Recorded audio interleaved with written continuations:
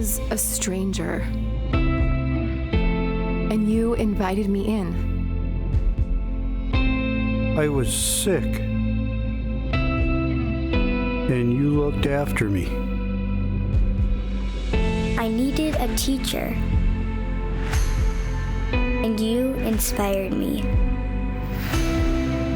I was lost, and you prayed for me.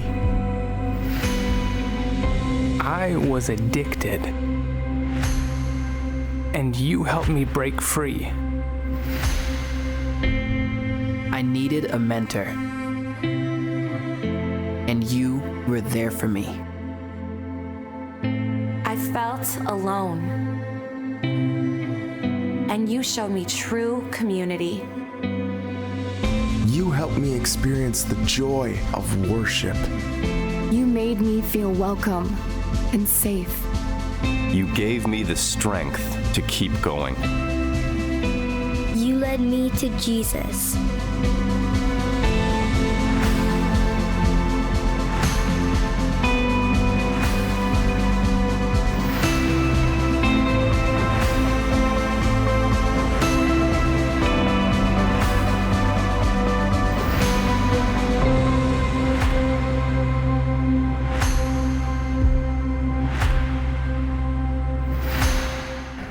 Today, this afternoon, we're going to bring the word volunteer to the next level.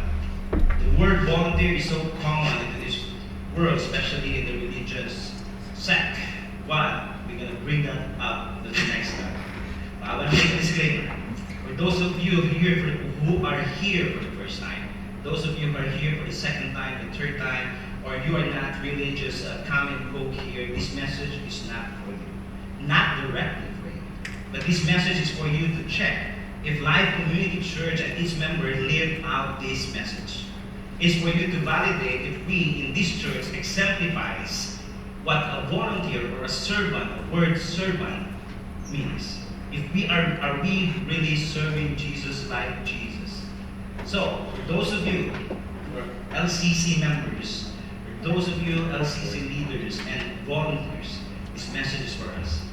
To help us assess or examine or check, remind us that what it means to be a volunteer, what it means to be a servant of Jesus.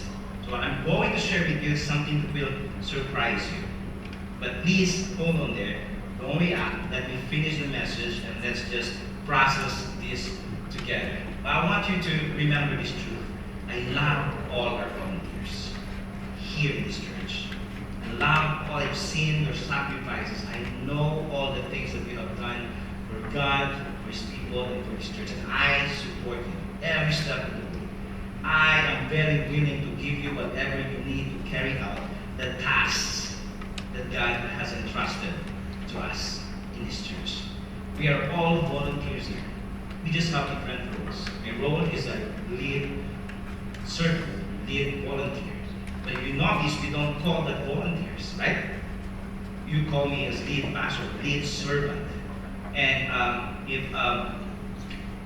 for our life groups, leaders, and ministry coordinators, we call them servant leaders. And for the rest of the members of the church, we call them volunteers or servants, or bond servants of Jesus. Well, let me explain. The word volunteer is noble. It's an important word. It's an honorable role in every organization. It defines a person who freely serves, who freely offers to do something for the organization. But this word, you cannot find this word in the Bible. It's a secular word. You cannot find this in the Bible. The only word that you can find in the Bible is what?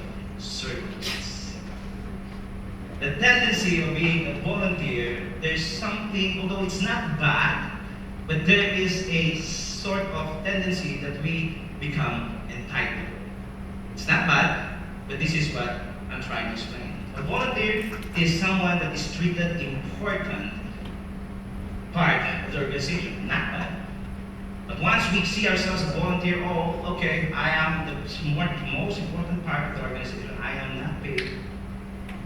I'm not paid in the organization. And the volunteer sometimes will ask for recognition for his or her contribution in the ministry, in the church, or in the organization. That's a tendency. There's a thin line within that volunteerism. And there's another one is protected by volunteers, right? That's not bad. It's good.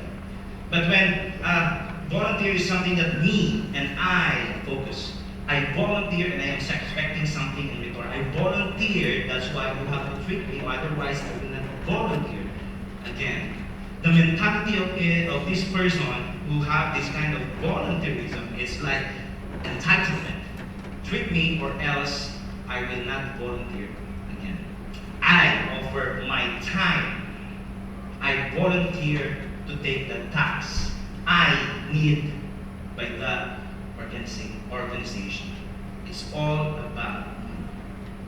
What the Bible was trying to communicate to us is the word bond servant. The bond servant means it's treated as slaves by choice. Ladies, let me explain. The slavery during the time of Paul, during the time of the first one, it's like if you are indebted to someone, you're supposed to work for 7 years. You are purchased to be a slave of that master, of that person whom you are indebted with. You are a slave because you owe me money or whatever. You will work for 7 years as my slave. After 7 years, if you are free to go, you're free to go. But for some slave, they just attach to their master and they just want to go. And that's when they call them bond servants. They are slave by choice. They can go freely do whatever they want because they already paid their debt, made their service for 7 years.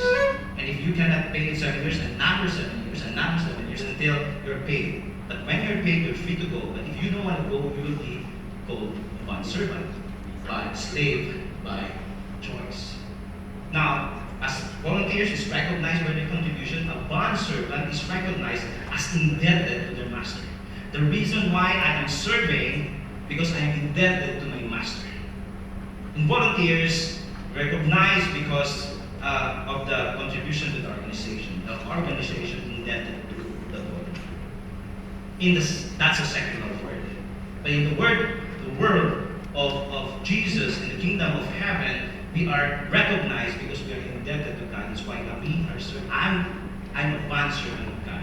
I'm indebted to Him, to His grace and to His mercy to me. While it's being protected by volunteers' rights, we are protected by our master's rights. We cannot be abused because God is our master. We are bond slave to God. Let me explain this way again further for you to understand. Paul identified himself as what? I am Paul, his letter to Romans, a slave of Christ Jesus. He didn't say, I am a volunteer to the Gentiles. Called to be apostle is not a part of the gospel of God. When Paul also sent his letter to the church in Philippi, he introduced himself and Timothy, his disciple, that Paul and Timothy, bond slaves, bond servants of Jesus Christ. They didn't call themselves volunteers, they called themselves bond servants. And then, another one, Peter, when he addressed and he sent his first epistle, he said, God's slave, to all of you who are slaves to God, bond servant to God. Live as free people, meaning you are free from the law. You are free from obeying this law by the Jewish culture, Jewish priests of 613 laws. But don't use your freedom to sin, but use it as something to do good for God, as slaves of God. I'm explaining this because I am very confident that in this church, there's no single person that will think they are volunteer and entitled into something. No volunteers in this church that will say that I'm entitled of recognition. I know all of them, and I'm so proud of each of them. We might use the word volunteer, but we don't act like volunteers. We act and think and do things as bond servant of God. All of us serve God and His people with the pleasure of our Master, not for our pleasure. A A volunteer has a tendency that I serve as a volunteer. So it feels so good. But we serve God and His people all for His pleasure. All of us here are not expecting something in return, unlike some volunteers, right? And we are indebted to the one who loves us, who gives us grace, mercy, and who took good care of us. All of us here in this church, we understand that we need to serve one another with the kind of love that we experience in Jesus. At some point in the disciples' life, we're talking about the life of the disciple, they did not understand this word bondservant. While they were with Jesus, they are so entitled. They're full of themselves. They're so selfish. And if you understand that the conversation of the disciples during the time of Jesus, you'll be amazed. Now, after the configuration of Jesus, where Jesus went to somewhere with James, Peter, and John, and then there was God the Father from heaven. There's a voice from heaven saying, "This is my beloved Son, in whom I am pleased." Peter, James, and John saw this configuration, right? It's showing who Jesus really was. And then after that, he went back to his disciples, and then he explained and foretold his death and resurrection. I'll be arrested sooner, and I'll be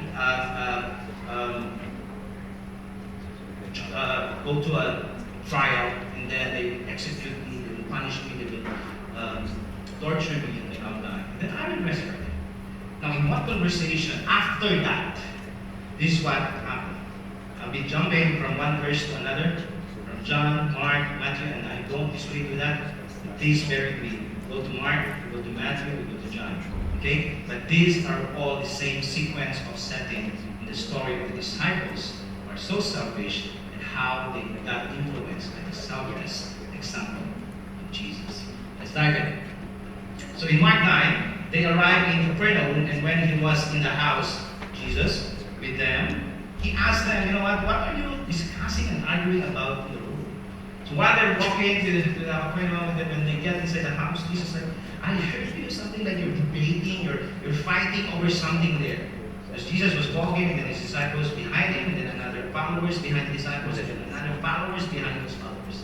So it was him, disciples, relatives, and then another followers. And he was just going, why these people are just talking and debating? They're just probably like, how you, Peter, you, John. And then they're the response was interesting, because the disciples said that, but they kept quiet. And Jesus said, you gather here, 12 of you, why are you discussing along the road? They were like,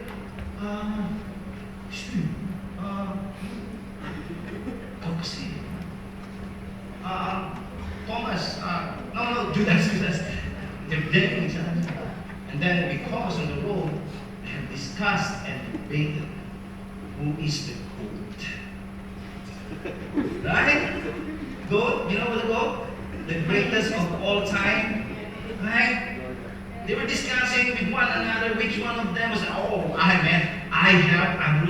have find a solution to feed those 15,000. Hey man, walk on water. Peter said, I'm the GOAT, bro. And then probably Thomas said, I know I helped this. Jesus also. So they've been like boasting of what they did, because they're discussing. So the GOAT is not a new thing. We've been debating who's the GOAT, Jordan, LeBron, Obi. But they've been debating ever since during the Jesus time. Who is the GOAT? Who is the greatest in the kingdom of heaven? And then look, next verse. It says here that sitting down to teach them, he called them. Can you just sit down? Let's talk. And Jesus said, we're talking about the GOAT. But if any one of you wants to be first, he must be last. Meaning of all importance, and a servant of all. If any one of you wants to be the greatest in the kingdom of heaven, you should be last. They were like, come on, I want to be the GOAT, I want to be the last. But in the economy of God, the kingdom of heaven is different. We will see it again. In Matthew, the same parallel verse, it says, the disciples finally asked Jesus, but Jesus, Jesus, who is the greatest in the kingdom of heaven then?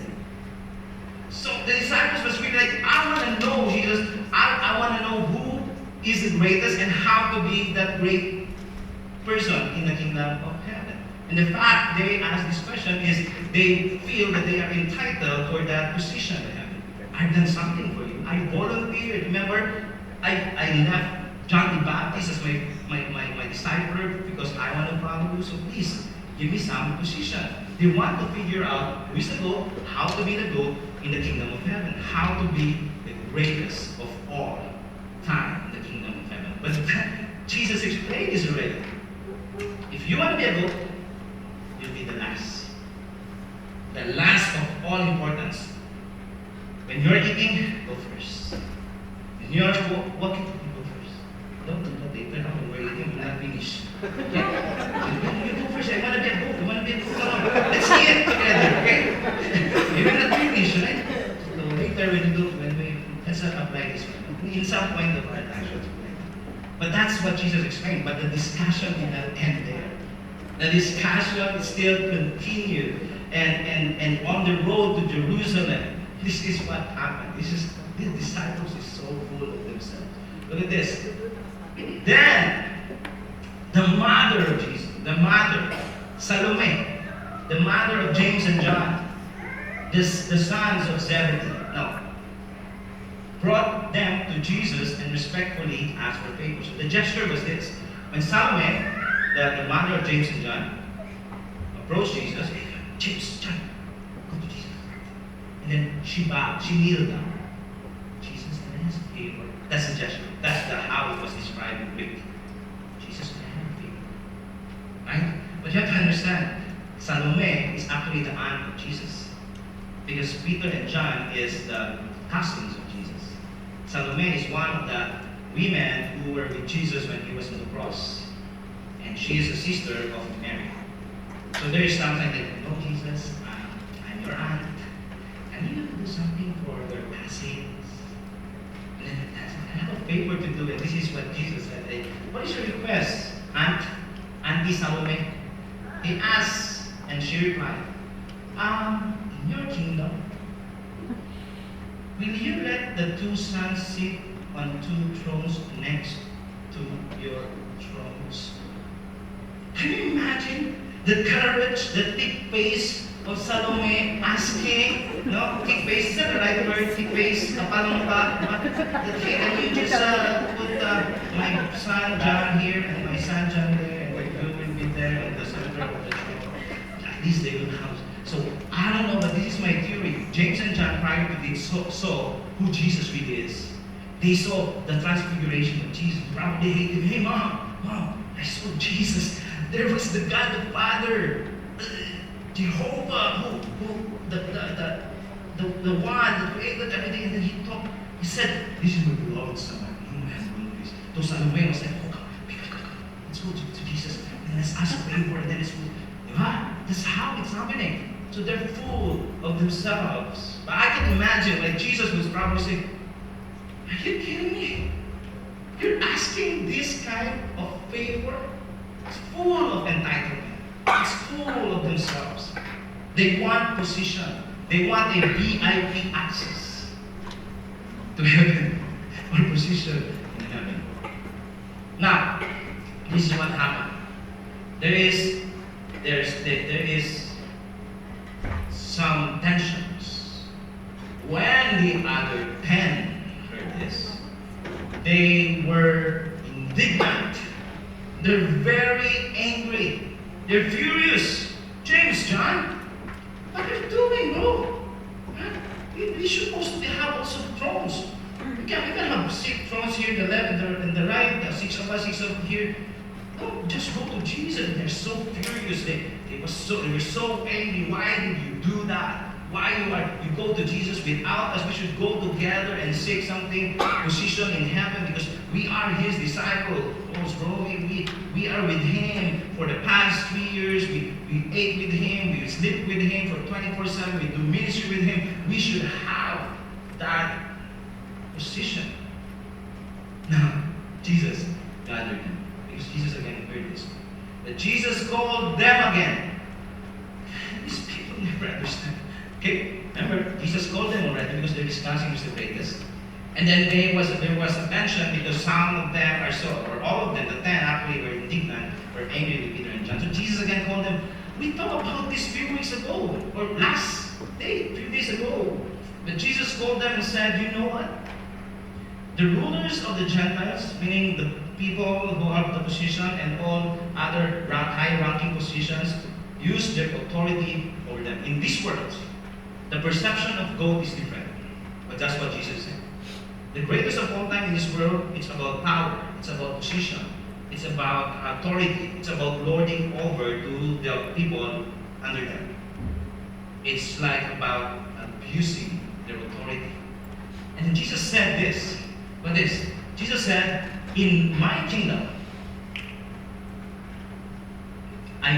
it must be not this way. In this world, the God perception is different. But in my kingdom, where I'm going, it's different. This is the second time Jesus communicated this. This must be different among you. Whenever, instead, whoever wants to be great among you must be your servants. If any of you here, hey, the 12 of you wants to be gold, you must be the servant. You must be the first one to go low. And whoever wants to be the first, you must be your slaves. And that's what the word of Jesus. That is coming from Him. And this church, we will not apply that. I am your leader, servant. You can use and abuse me. You'll be accountable to that. Huh? But I'm trying to say is, I'll be your leader. I will do whatever Jesus the Lord in helping you. And this was the second time Jesus pointed out the discussion about who is the goat in the kingdom of heaven. The goat here is different. The goat in heaven is the other way around. Those who humble themselves, those who take the role of being servants, those who take the role of being slaves, those who are in the low will be exhausted. And those who exalt themselves will be humble. And then, where am I? But the discussion didn't end there. The disciples still didn't get it. The disciples still didn't get how to be goat in the kingdom of heaven. So Jesus did something that they did not even imagine he will do it. So Jesus was saying, we already had the conversation, now we're having this conversation. But this time, I will show you what I'm trying to communicate. So during the Lord's Supper, if you picture out the Lord's Supper, there was a table, Jesus in the middle, and the disciples, 6 disciples sitting over here, 6 disciples sitting over there. But in the real Lord's Supper, there's no table. They're all sitting. Right? During the time, they all got their food, ate with their hands, and they sat. Like, they sit, right? That probably, or it's probably like this. And their feet are really exposed to the person across where they're eating. So, in that, while they were eating, Jesus did something unthinkable. That is what he did. He took a flower, he took a basin, got a cloth, and one by one, he washed the disciples' stinky, dirty, filthy, dusty feet of his disciples. And these disciples, you could imagine they've been walking for kilometers after kilometers with only no sneakers, only sandals. You can't imagine the dirt that they have accumulated. But while they were eating, Jesus saw it. And Jesus took the opportunity to communicate to them what he was trying to say, how to be a goat in the kingdom of heaven. And then Jesus washed them one. Stinky, dusty. He interrupted his meal, took water, put the water in the basin, one by one, then take a cloth, that around his waist, wash every dirty feet. Then move to another person and wash the other dirty feet. Then move to another person. Oh, this is Judas. I know this guy, but I will still wash this feet. Oh, this is Peter. I still wash this feet. And in order for us to make an impact, we should also do the same. Lord Jesus, when he had finished washing their feet, I finished. He put on his clothes and he turned to his face, put the cloth, and then he said, talk to his disciples, do you understand what I have done? Do you understand why I washed all of you?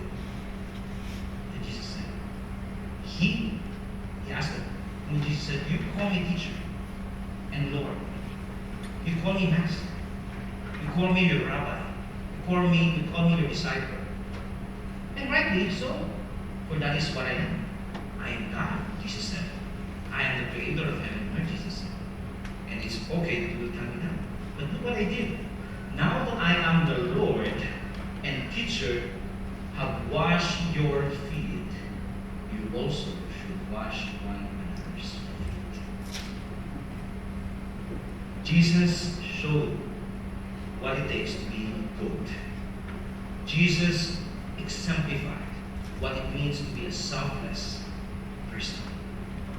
And in order for us to make an impact in this world, we should also serve like Jesus. Now, how Jesus served? How did he exemplify? Jesus served humbly. He washed each disciple's feet. And washing the feet of somebody during their time is the most degrading thing to do. Even a master cannot require that from a Jew slave, because that's the most degrading thing to do. A Jew master can only require that to a non-Jew slave, because washing someone's feet is the most degrading thing to do. But Jesus, with his role as the Messiah, as Lord, as King, as Creator over the earth, he washed the stinky, dusty feet of his disciples. Go down to the level, lowest level in the society, for him to communicate what it means to be. And I'm so thankful in this church. Many of you are serving like Jesus, humbly. Some of you are in the kids' ministry. In the kids' life, the teachers and the instructors led by Reggie and Layla, they served God humbly. They didn't ask for recognition. And they would even go get a police clearance to teach in the kids' life. They would go out of their ways to find what the requirements in order for them to serve them. They are not asking for anything in return. They are not asking for recognition. I am so proud of these servants in the Life Kids ministry. They're there already. They're serving our kids. And we usually have 20 and 30 kids every Sunday. We have Roman, over 60 years old, but he's still serving. And some of you, I know your name. You go there and serve humbly. Jesus also served faithfully. When he was eating, they were eating just like fish. These people are so dirty, they did not wash their feet. They're supposed to wash their feet before they get inside the house. Jesus took that as an opportunity. So he stopped his meal. Okay, then he put my food in. He stood up. He looked for a basin, grabbed water. He took for a towel around his face, and washed each. And then probably, oh, there's still more here. There's still dust here. He washed properly. Even that it was not mentioned. But I believe he did that. Since he was washing already, he must do it correctly, properly, and making sure that their feet are all clean. He served faithfully. Even his position is unimaginable. And I'm so proud with the life lead ushers who are led by Tito and Kim. They are there early as 2:30 or 3 to prepare, to fold all the journals, to put the water dispenser, to prepare the food, to make coffees and drinks and all this stuff. They are making it. They're fully committed in doing things correctly. They're fully committed in doing things accurately. They're fully committed to the best of their ability. The mission of the Life Link Ushers is together. Let us make people welcome, comfortable, and make their worship experience meaningful by serving them with grace, compassion, kindness, and excellence. I'm so proud of our Life Link Ushers. So proud of Kim. She keep on making schedules, messaging them.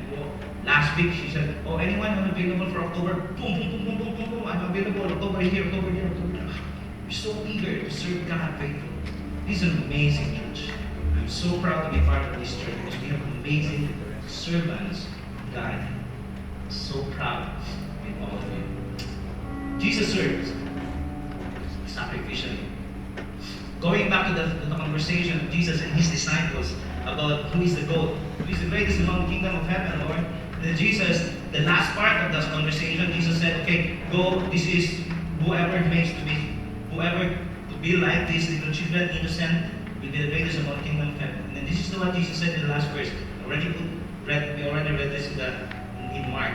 "But your attitude must be like my own. You must be like me." Jesus was saying, "You must be like my own attitude. For I, the Messiah, I, the Lord, I, the ruler of the world, the creator of the world, did not come to be served." Jesus can come be born in the castle, but he chose to be born in a manger.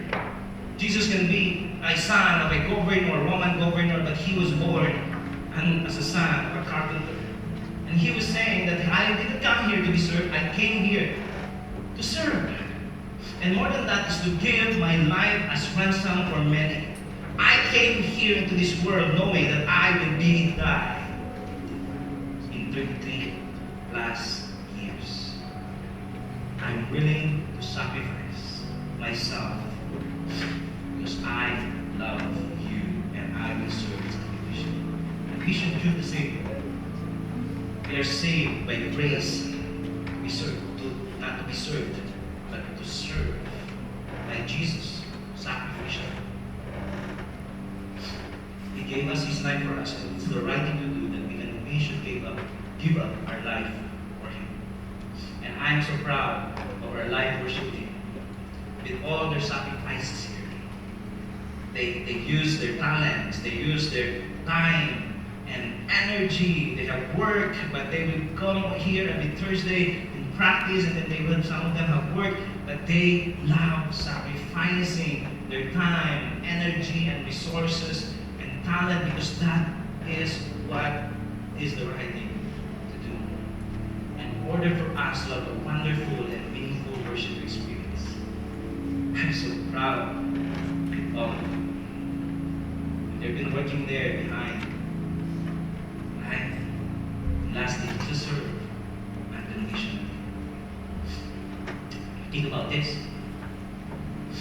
When Jesus realized that his disciples had stinky, dirty, he knew for the fact that each of them will disown him hours after that dinner. He knew each of this person in this room will disown me. But I will serve them unconditionally. He knew when he got to Peter,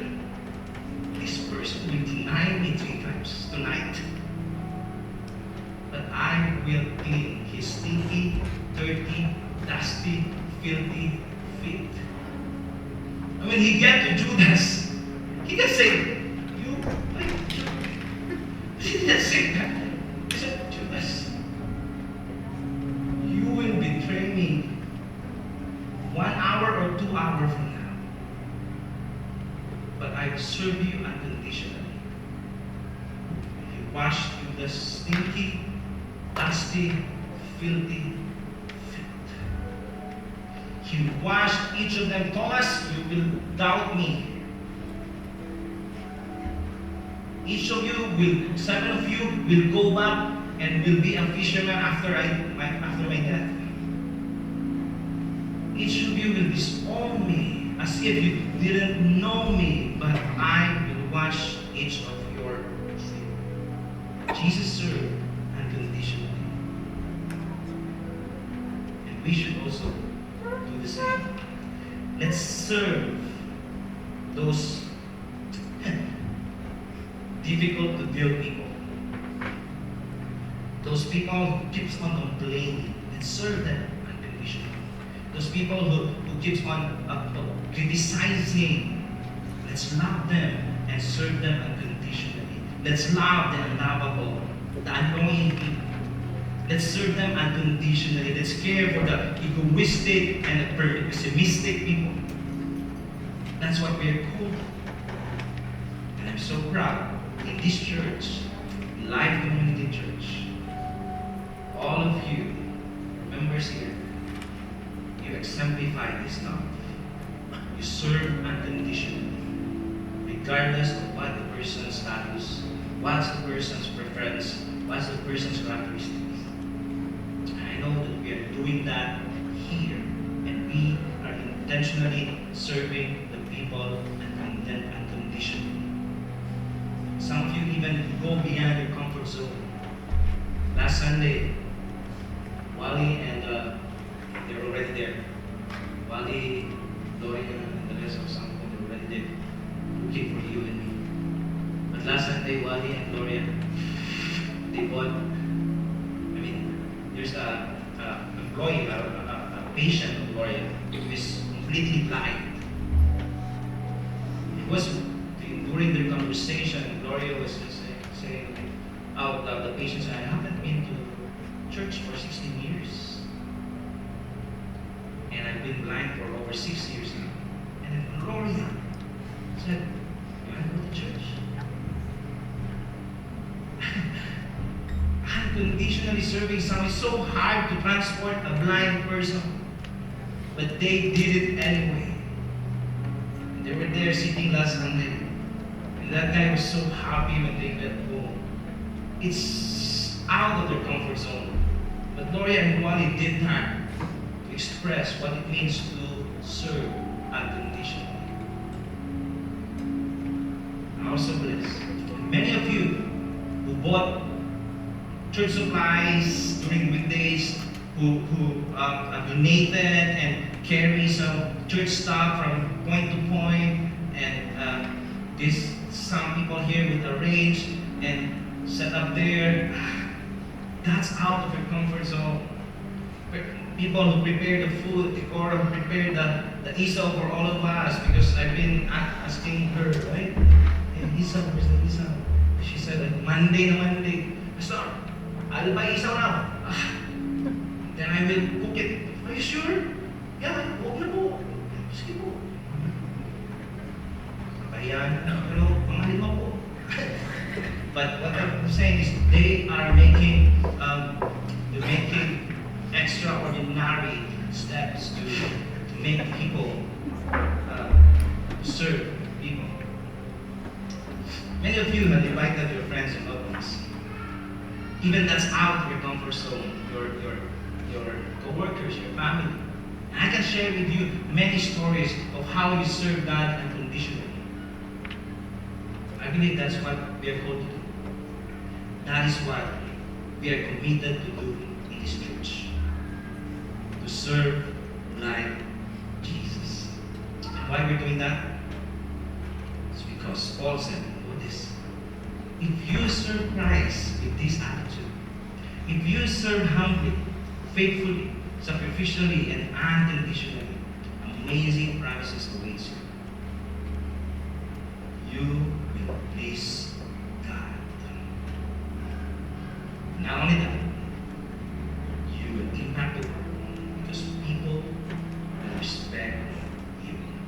The primary reason why we serve like Jesus in his church, we want to please our master.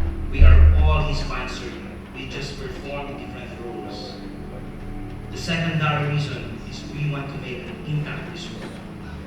We want to exemplify what it means to be a slave, as bondservant of Jesus. So for those of you who are not yet with us or not doing these things yet, I'm encouraging you to join us. Let's make an impact on this world. Let's be selfless servants of Jesus. Let's serve life.